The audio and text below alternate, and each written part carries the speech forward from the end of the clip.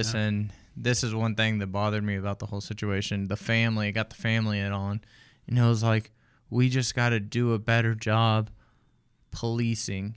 And I'm like, no, we have to do a better job parenting. That's right. Why is a 16-year-old about to take another woman's life lunging at her with a knife?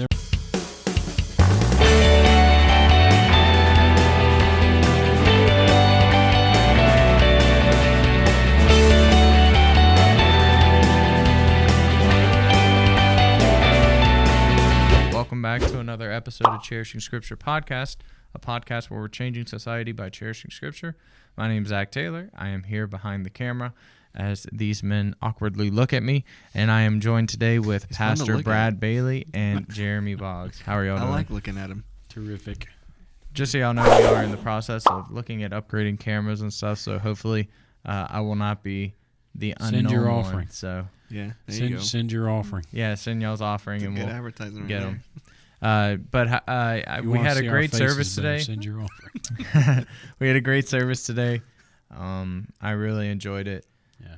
I was talking to Pastor Bailey. I know the tongue is just it's a big issue, but my big thing is, and you mentioned it so well when you talked about, the sword piercing. And I was telling Pastor Bailey, the hardest thing for me is when someone cuts me, it's hard for me to forgive them after that. So I know I definitely got something from it. If you guys are not in our church, or you go to another church, we encourage you to go onto our church website. It's www.brandonbaptisttabernacle.com.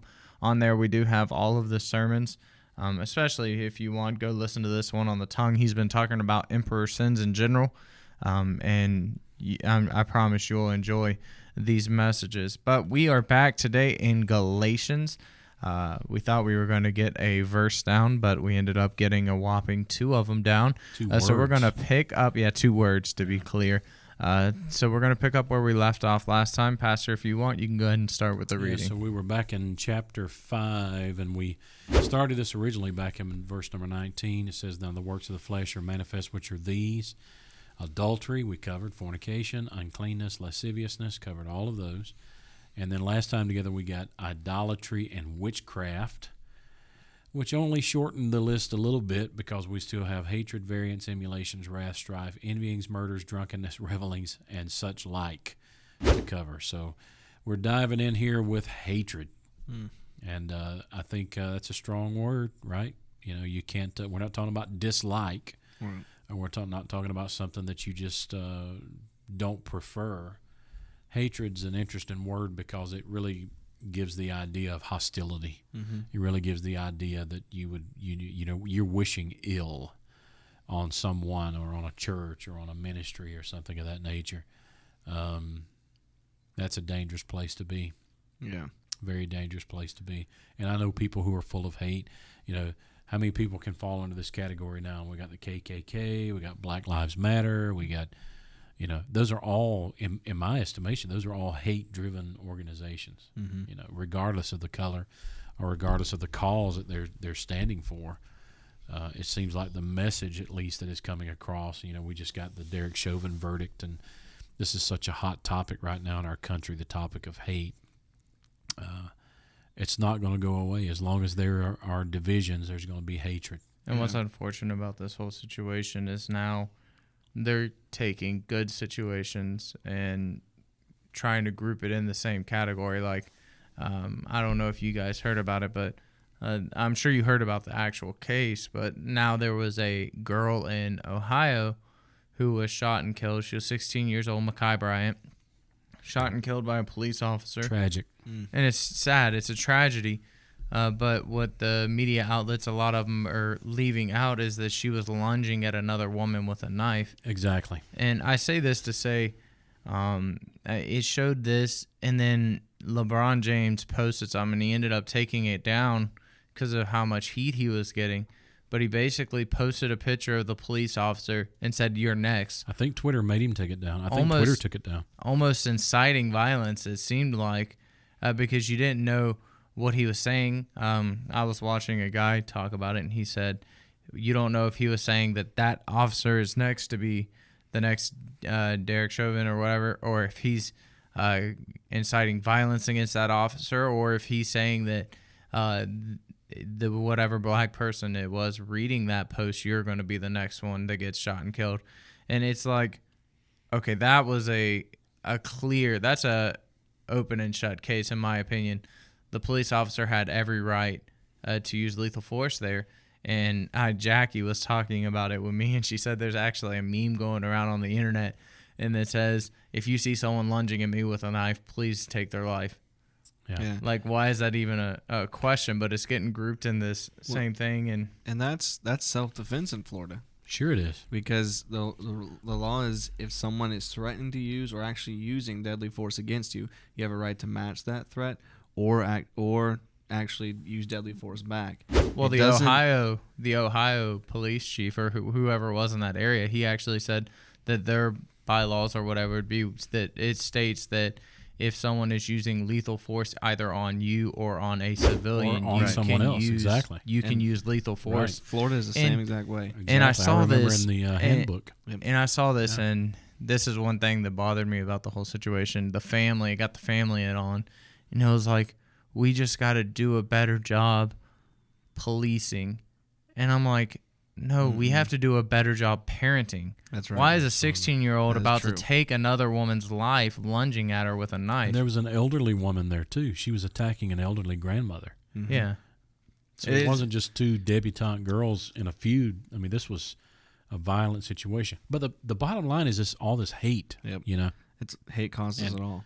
Yeah, and I understand, I was raised in the South, raised in South Georgia, where there's still even today pockets of hatred that exist there. It's real. I understand it. I see the realities of it.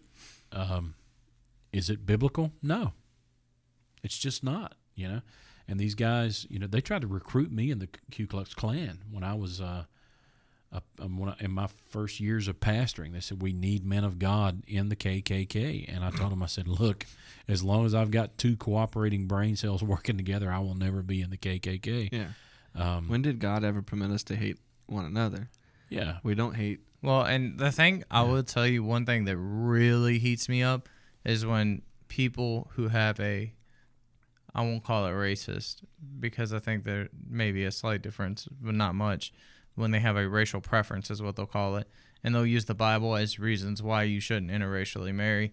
Right. But when they talk about interracial marriage, typically they only mean white and black. They don't mean white and Hispanic or white and Asian or It's just a white-black thing. Mm-hmm. And that is, in my opinion, and I actually talked to my dad about it, and I told him, I was like, that's racism to say that the Bible's saying that you can't marry a black person. And we talked about it. And he had an open discussion with me on it. And I think that's, some of it is taught, some of it is, I don't think you're born a racist. I don't think that's the case. I just think that society as a whole is becoming more hateful. Yeah. Right. Well, and I don't, and I could be wrong, but based off studies that I found recently, studying my Bible, is that the reason God didn't want them to marry with different races was because once you took on that other person, all the other things that they did came with it, like idolatry. Or that's why it wasn't racial; it was religious. Right. That's why, as when they were rebuilding the temple, they couldn't work with those people that were left on behind the land. They couldn't compromise, and God didn't want them to intermarry with each other. Well, one thing, you had to bring the idols with you. You had to bring all that synchronism. Exactly. One thing I think that you have to, I think you have to tell people when they try to go to that is I always mention, the pastor mentions things that were in the Old Testament. There were some things that were mentioned in the Old Testament that aren't mentioned in the New Testament. Mm-hmm. And I believe that, like for the nation of Israel, that was one of them. That was to preserve the Israeli race. Right, that too. Was to preserve their race. It was to not interracially marry. Right. So it was a covenant thing with the children of Israel, but the entire hatred thing is what's being addressed here. This has nothing to do with religion for some people, and they'll even tell you, you talk to the white supremacists of today, and they'll say, no, it's not about hate. It is about love for my own race. And they'll say, it's not because I hate black people. It's because I love the white race is the reason why I'm maintaining this stand. And so they try to flip it on its head, and try to make it sound noble and try to make it sound biblical. But the bottom line is, this is included.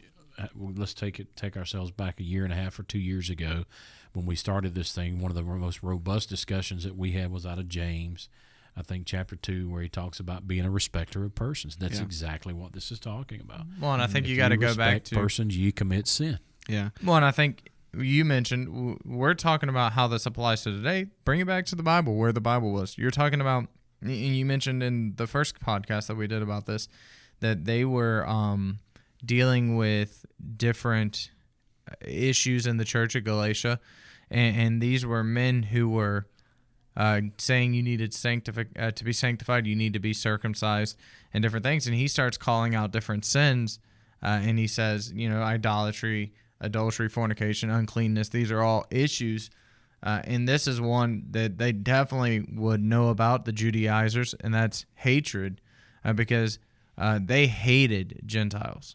Yep. In fact, They did. As you've taught us before, they called Gentiles dogs. Yep. That's what they referred to them as. Yeah. Racial slur. Well, we can always go back again to what Jesus said.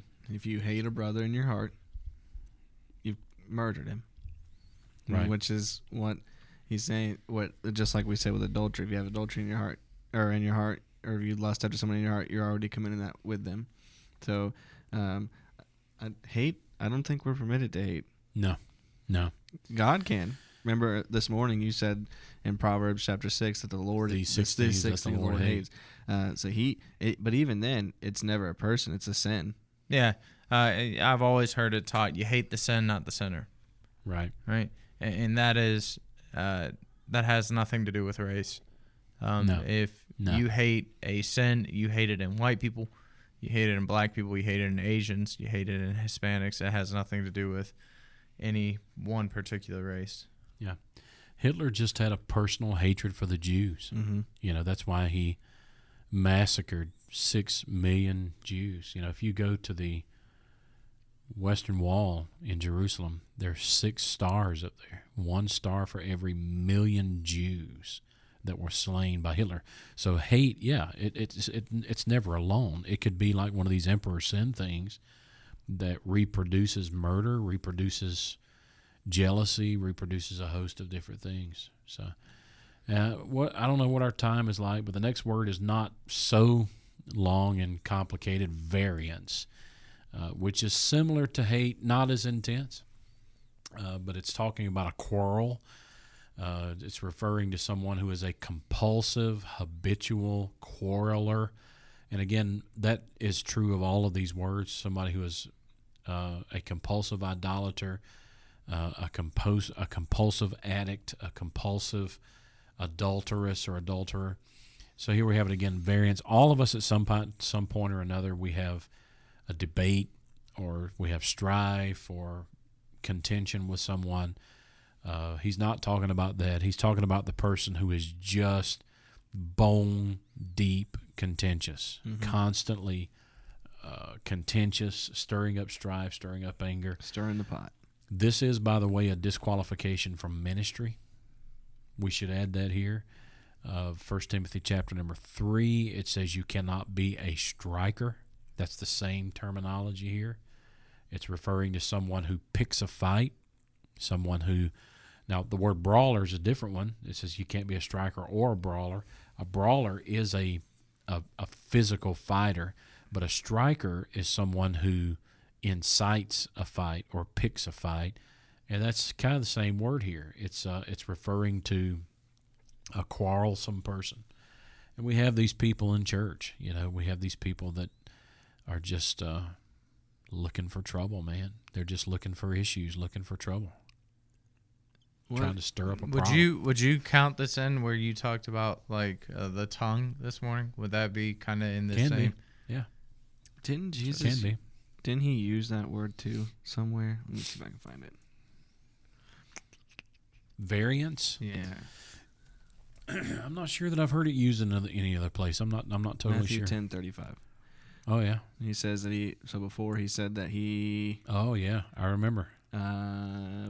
I've come to set the father at variance against the mother. Yeah, there it is. Yeah. What? So it can be used because he says he's not there to, right? That's before the verse he says that I'm not coming to send peace on earth, But a sword. but a sword. Yeah.